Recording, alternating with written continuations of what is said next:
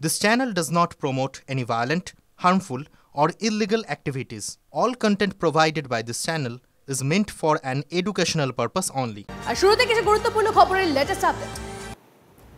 জম্মু কাশ্মীরের বিশেষ মর্যাদা ফিরবে না, খোদ ইন্দিরা গান্ধী এলেও উপত্যকায় ৩৭০ ধারা ফেরাতে পারবেন না।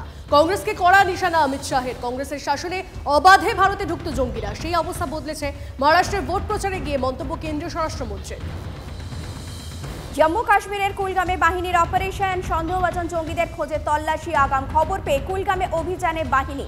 চলতি মাসে গুলির লড়াইয়ে ৮ জঙ্গির মৃত্যুর খবর পাওয়া গেছে।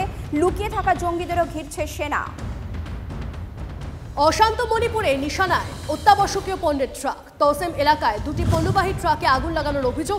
হামলার পিছনে কুকি জঙ্গিদের হাত রয়েছে বলে প্রাথমিক অনুমান পুলিশের। অশান্ত মণিপুর বাড়তি ২৫০০ আধা সেনা পাঠাচ্ছে কেন্দ্র। বাড়তি আধা সেনার অধিকাংশই মোতায়েন জিরিবামে অশান্তিতে এখনো নিখোঁজ ৬। কয়েকদিন আগে জিরিবামে মৃত্যু হয় ১১ জন জঙ্গি। ক্যান্সার আক্রান্ত মায়ের ভুল চিকিৎসার অভিযোগ। চেন্নাইয়ে সরকারি হাসপাতালে ঢুকে চিকিৎসককে ৭ কোপ ছেলের। হাসপাতালে ভর্তি আক্রান্ত চিকিৎসক।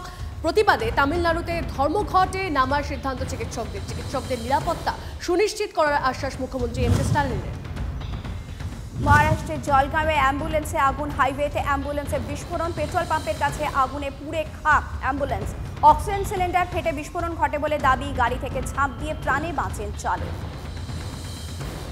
আগামী সপ্তাহে ফের ভারত চীন মন্ত্রী পর্যায়ের বৈঠক। প্রতিরক্ষা মন্ত্রী রাজনাথ সিং এর সঙ্গে সাক্ষাৎ চীনা প্রতিরক্ষা মন্ত্রীর। সেনা প্রত্যাহারের পর প্রথম বৈঠকে বসছে দুই দেশের প্রতিরক্ষা মন্ত্রী। ৯ মাস পরও জামিন না পেয়ে ক্ষুব্ধ সন্দেশখালীর শাহজাহান। এবার আইনজীবী বদল। শাহজাহানের চলতি মাসের মামলা শুনানির জন্য তৎপর। ৫ই জানুয়ারি রেশন দুর্নীতি মামলায় শাহজাহানের বাড়িতে তল্লাশি চালাতে গিয়েছিল ইডি। সেখানে কেন্দ্রীয় তদন্তকারী সংস্থার আধিকারিকদের ওপর হামলার ঘটনায় নাম জড়ায় শাহজাহানের। আর হাজিরা খাতা নয়, রাজ্য সরকারি কর্মীদের উপস্থিতি নিয়ে কড়া নবান্ন।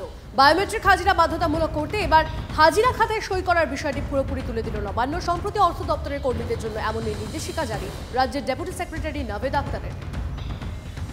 ৫ বছর পর শান্তিনিকেতনের পৌষ মেলায় ফিরছে পূর্বপল্লী মাঠে। নতুন উদ্যমে পৌষ মেলার আয়োজন শান্তিনিকেতন ট্রাস্ট ও বিশ্বভারতী কর্তৃপক্ষের। আগের মতোই মেলার জন্য সহযোগিতা চাওয়া হবে রাজ্য সরকারের কাছে। বুধবার ম্যারাথন বৈঠকের সিদ্ধান্ত বিশ্বভারতী কর্তৃপক্ষের।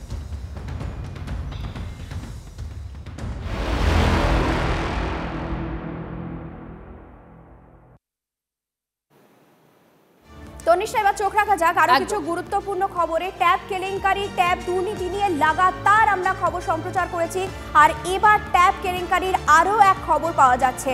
এবার ট্যাব কেলেঙ্কারিতে বিহার যোগ। ট্যাব কেলেঙ্কারিতে বিহার যোগ দক্ষিণ ২৪ পরগনাতেও। তরুণের স্বপ্ন প্রকল্পে রাজ্য সরকারের দেওয়া একাদশ ও দ্বাদশের পড়ুয়াদের ট্যাবের টাকা নিয়ে বিস্তর গরমিলের অভিযোগ এবার দক্ষিণ ২৪ পরগনা জুড়ে। এই জেলার প্রায় ৩৫০ পড়ুয়ার ট্যাবের টাকা অন্যের অ্যাকাউন্টে ঢুকছে বলে জেলা বিদ্যালয়ের সাংসদ সূত্রে জানা গেছে। জেলার প্রায় ৩৫টি স্কুলের পড়ুয়াদের ক্ষেত্রে এই ঘটনা ঘটেছে। এই তালিকায় প্রত্যন্ত সাগর, গোসাবা, কুলতলি থেকে শহরতলি, সোনারপুর, বারুইপুর, বজবজ ও মহেশতলার একাধিক স্কুলের নাম জড়িয়েছে। সাগর থানায় ইতিমধ্যে অভিযোগও দায়ের হয়েছে। পুলিশের প্রাথমিক অনুমান বিহারের অ্যাকাউন্টেই ঢুকেছে এই সমস্ত টাকা। মানে যে অ্যাকাউন্টে টাকা ঢুকেছে সেই অ্যাকাউন্ট নাম্বারগুলো প্রধানত আমাদের হচ্ছে আমাদের জেলাতে কিংবা আমাদের রাজ্যে কোনোটাতেই এক্সিস্ট করে না। তা অন্য রাজ্যের যোগ আমরা পাচ্ছি, সেখানে ওই অ্যাকাউন্ট নাম্বারগুলো অন্য রাজ্যের দেখাচ্ছে। যেমন কিছু কিছু আছে কিষানগঞ্জ লেখা আছে। আইএফসি কোড যেগুলো দেওয়া আছে সেগুলো আমাদের এখানে আশেপাশে কোনো ব্যাংকের আইএফসি কোড না।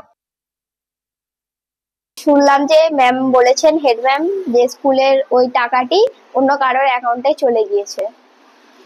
তো আরো বাকিরা আমাদের যারা বন্ধু আছে ১২ জন ট্যাবের টাকাটি পায়নি এবং বাকিরা সবাই পেয়েছে। তাহলে কি আমরা ওই টাকাটি পাবো না? আমার বাবা খুব গরিব, ঠিক আছে, তাই আমার বাবার ফোনে টাকা বা কিনে দেওয়ার সামর্থ্য আমার নেই, ঠিক আছে, আমার বাবার। তাই আমিও চাইছি আমি যেন খুব তাড়াতাড়ি টাকাটা পেয়ে যাই আর ফোনটা কিনে নিজের শিক্ষা বা আমি যেটা করতে চাই সেই দিকে যেন এগোতে পারি। আমাদের যেমন এখন খুব অসুবিধা হচ্ছে, অনলাইনে ক্লাস করতে পারছি না আমরা, কারণ কি আমাদের ট্যাব নেই। এবার অন্যরা আছে তারা হচ্ছে যে অনলাইন ক্লাস করছে, অনলাইনে সবকিছু জানতে পারছে। আমাদেরও তো সেটা জানার অধিকার আছে না। আইএফএসসি কোড ওনাদের দেখালেও অ্যাকচুয়াল অ্যাকাউন্ট যেখানে টাকা রং ক্রেডিট হয়েছে সেটা আসলে বিহারের ভগবানপুরের কোনো একটি শাখা। আর কিছু আমাদের এখানেই আছে, অন্য অ্যাকাউন্টে ক্রেডিট হয়েছে, আমাদের রাজ্যে সেগুলো আছে। খুঁজতে খুঁজতে গিয়ে দেখি মিলিয়ে দেখি আবার একটু, তখন দেখা গেলো যে অ্যাকাউন্ট নাম্বারগুলো পুরো চেঞ্জ হয়ে গেছে। 31 জনের ক্ষেত্রে এটা হয়েছে? হ্যাঁ 31 জনের ক্ষেত্রে। চিন্তার তো ব্যাপারই, স্টুডেন্টের মোবাইল কেনার টাকা, সরকারি টাকা, এটা এইভাবে যদি তছনছ হয় তার অবশ্যই তদন্ত হওয়া উচিত এবং দোষীদের শাস্তি হওয়া উচিত। তদন্ত তারা সেভাবে করেনি। তদন্ত যদি সঠিকভাবে হয়, এই এখন যেটা বলা হচ্ছে যে তারা সাইবার হ্যাকার্সরাই এই কাজ করেছে, তাহলে পরে কেন প্রধান শিক্ষক শিক্ষিকাকে দায়ী করা হচ্ছে? আমাদের কাজ ছিল আপলোডিংয়ের। আপনার যদি পোর্টাল সেফ না থাকে তার দায় প্রধান শিক্ষক শিক্ষিকা নেবেন কেন? দক্ষিণ 24 পরগনা জেলার 35টি স্কুলের একাদশ এবং দ্বাদশ শ্রেণীর প্রায় 350 পড়ুয়ার ট্যাবের টাকা চলে গিয়েছে অন্য অ্যাকাউন্টে। একই রকমভাবে আমি এই মুহূর্তে দাঁড়িয়ে রয়েছি কুলপির মদনমোহনপুর RCS বিদ্যামন্দির স্কুলে। এই স্কুল কর্তৃপক্ষের পক্ষ থেকে 43 জন 11 এবং 12-এর পড়ুয়ার ট্যাবের আবেদন জানানো হয়েছিল, কিন্তু টাকা আসার পর স্কুল কর্তৃপক্ষ জানতে পারেন প্রায় 15 জন পড়ুয়ার টাকা তাদের অ্যাকাউন্টে আসেনি। সেই টাকা চলে গিয়েছে বিহারের কিষানগঞ্জ এলাকায়। ব্যাংকের মাধ্যমে সেই তথ্য জানতে পারার পর স্কুল কর্তৃপক্ষ দ্বারস্থ হয়েছে কুলপি থানার। এছাড়াও শিক্ষা দপ্তরে অভিযোগ জানিয়েছে।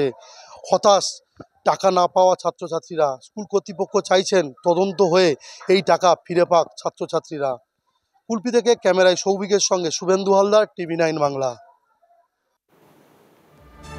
অভিযোগ আরো আসছে, ট্যাবের টাকা চলে গিয়েছে বিহারের পূর্ণিয়ার। ইসলামপুর থানায় অভিযোগ দায়ের দুটি স্কুলের প্রধান শিক্ষকের। ট্যাবের টাকার নাম এন্ট্রির সময় অর্থাৎ জুলাই আগস্ট মাসেই হ্যাক হয়েছিল এই পোর্টাল। খবর সূত্রে টাকা রায়পুর হাই স্কুল এবং চক ইসলামপুর ACM হাই স্কুলের 5 ছাত্রের টাকা অন্য অ্যাকাউন্টে চলে গিয়েছে বলে অভিযোগ। মামলা দুটি বহরমপুর সাইবার ক্রাইম থানায় পাঠিয়েছে ইসলামপুর থানার পুলিশ।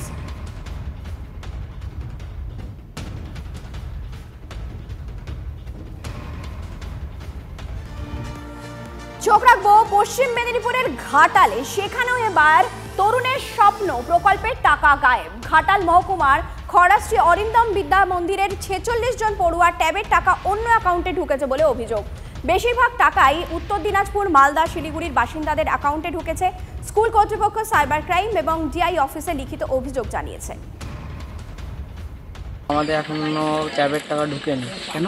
ব্যাংকের অ্যাকাউন্ট জমা দিয়েছিলাম, তো স্যার ব্যাংকে আবারও একবার বলেছিল যে ব্যাংকের বইয়ের জেরক্সটা নিয়ে আসতে, তো সেকেন্ডবার জমা দিয়েছিলাম, তারপরও বলেছিল যে পুজোর পর ঢুকে যাবে। তো পুজোর পর ব্যাংকের বই চেক করেছিলাম, আপ টু ডেট করেছিলাম, কিন্তু এখনো টাকাটা ঢুকেনি। অ্যাকাউন্টটা চেক করার জন্য যখন দেখতে গেলাম, দেখলাম যে সব নাম্বারগুলোই ভুল। মানে ওই নাম্বারটা আমাদের অনেকেরই দেখা গেছে যে সব নাম্বারগুলো আলাদা, আমাদের নয়। এবং ক্লাস 11-এরও এরকম 25-30 জন এবং ক্লাস 12-এরও তাই 25-30 জনের এরকম টাকাটা ঢুকেনি। আমরা জিজ্ঞেস করলাম কারণটা, বললো যে আমাদের স্কুল থেকে ওটা SI অফিস থেকে ভেরিফিকেশন হওয়ার কথা ছিল, কিন্তু স্কুল বললো যে ওখানেই কিছু গন্ডগোল, যে কারণে আমাদের টাকাটা ঢুকেনি। স্কুল বলেছিল কালী পুজোর পর আগে ঢুকে যাবে, এখনো তো ঢুকেনি। স্যার বললো যে অন্য অ্যাকাউন্টে নাকি ঢুকে যাবে। অ্যাকাউন্টগুলো অলরেডি আমাদের আপডেট করাই ছিল, ঠিক আছে। এবার কিন্তু সেই সময় সমস্যা যেটা হচ্ছিল, আমাদের পোর্টালটা খোলা যাচ্ছিল না, পোর্টালটা ভীষণ জ্যাম হচ্ছিল। এখন সেটা জানতে পারলাম যে ওগুলো হ্যাকিং গুলো হওয়ার জন্য এই কেসগুলো হচ্ছে। লিখিত অভিযোগ জানিয়েছি এবং সেই সংক্রান্ত সমস্ত ডকুমেন্ট, ইমেল, কোন ব্যাংকে গেছে, সেই ব্যাংকের ইমেল অ্যাড্রেস কি, আর সেখানে যে আমরা মেল করেছিলাম সেই মেলের রিপ্লাই কপি তারা কি দিয়েছে, সেই সংক্রান্ত সমস্ত আমাদের ঊর্ধ্বতন কর্তৃপক্ষ DI অফিসে আমরা জমা দিয়েছি।